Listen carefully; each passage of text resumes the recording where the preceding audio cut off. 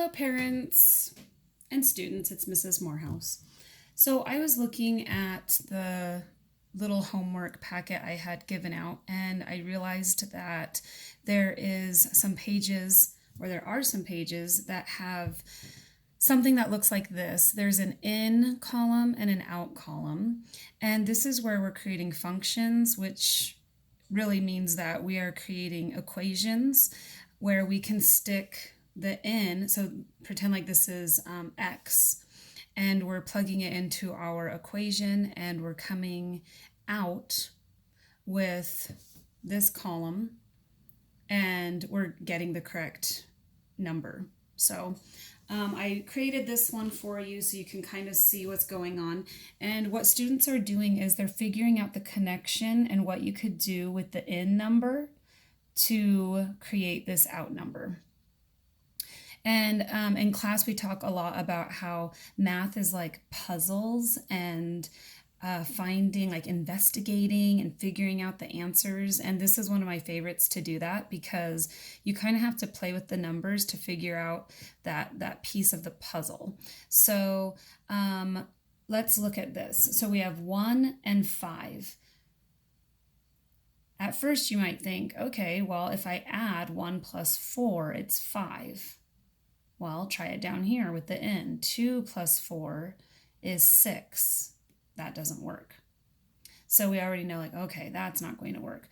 What else could I do? Let's see. What if I multiplied 1 by something? So let's say I multiplied it by 5. 1 times 5 is 5, okay.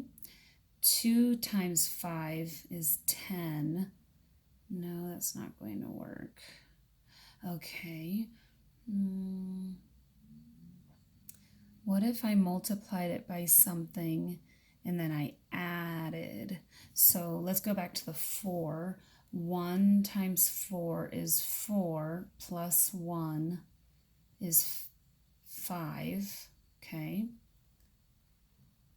2 times 4 is 8. Plus 1 is 9. No, but I feel like we're on the right track. We're really close.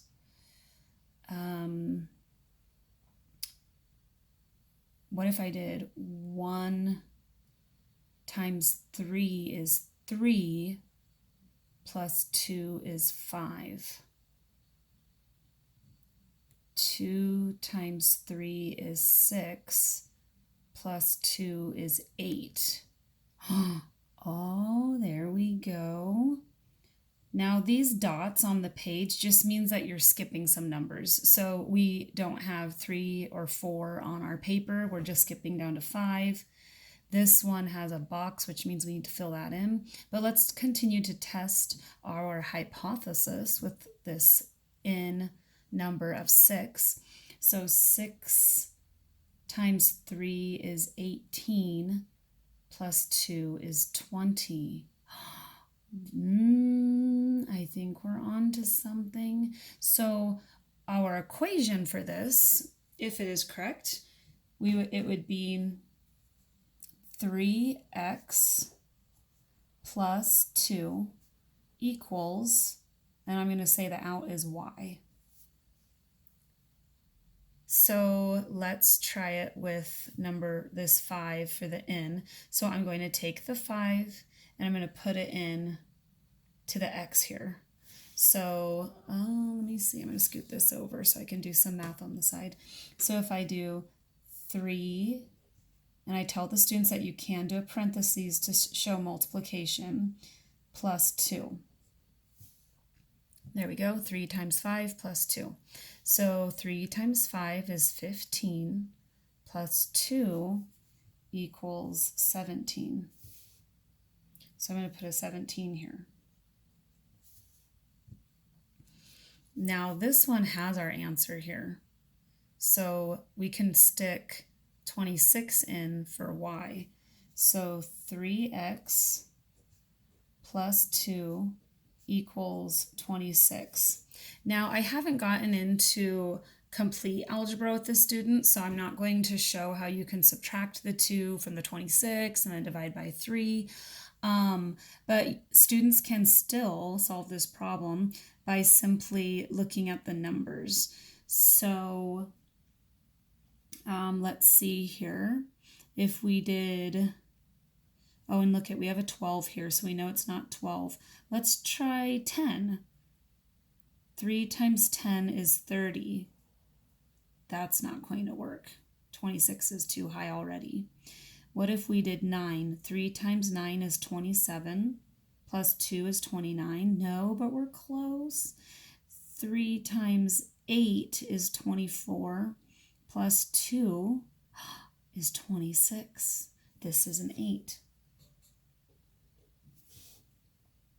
So I already made one little mistake by creating this chart. I didn't continue doing my dots. So there would be 3 dots here and 3 dots here.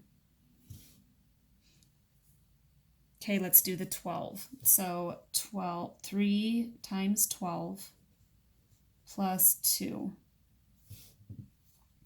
3 times 12 is 36, plus 2 is 38. So we're going to put that here. And now I apologize, I went into some bigger numbers, and I don't think that happens on your worksheets. But let's do it anyway. So we were counting 8, we skipped to 12. So I'm going to try 13 just because that would be the next number, 12 to 13.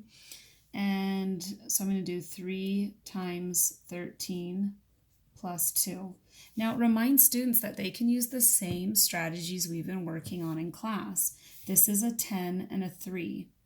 So 3 times 10 is 30, and 3 times 3 is 9. So it's 39 plus 2, 41. Look it, we got it. So I'm going to put I almost put 41 in this box. Is that correct? No. It's this 13 here. So I put the 13, and then the last one was 15. So these needed dots too. And my apologies. There we go. I hope that looks okay for you. And then students can also look at the other things that were going on. So in the in, we were counting by ones, even though we skipped numbers. It's just going by ones.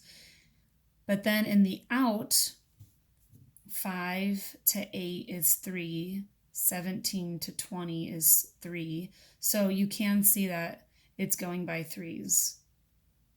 But the reason why we need to find an equation or a function is because what if this jumped all the way up to 50? We wouldn't want to go 15, 16, 17, 18, 19, 20, 21, 22, 23, 24, 25, all the way up to 50. But because we have our function, we can say 3 times 50 plus 2. 3 times 5 is 15. Add the 0. Plus 2 is 152. So just like the ratio table I showed earlier, you can totally skip numbers and do awesome fun things. And I think this is a really fun puzzle to do. And if your students are bored and they want something to do, have them work this puzzle out. It's a lot of fun, and they get to test themselves and check to see if they are on the right track. Have a good day. Bye.